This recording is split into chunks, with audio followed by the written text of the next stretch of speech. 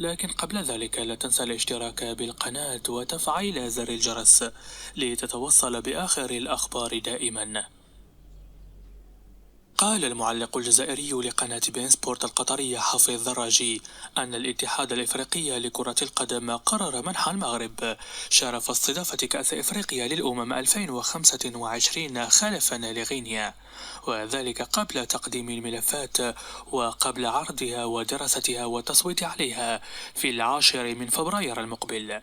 وزعم أن الاتحاد الإفريقي الذي وصفه بالجماعة قرر منح المغرب حق تنظيم كأس إفريقيا 2025 ومنح نيجيريا وبنين بطولة 2027 ثم الجزائر سنة 2029. وأضاف الدراجي المعروف بعدائه للمغرب قائلا: التصويت كان من المفروض أن يتم على هامش بطولة إفريقيا للاعبين المحليين المقررة في الجزائر، لكنه تأجل إلى 10 من فبراير على هامش كأس العالم للأندية المقررة في المغرب. بعد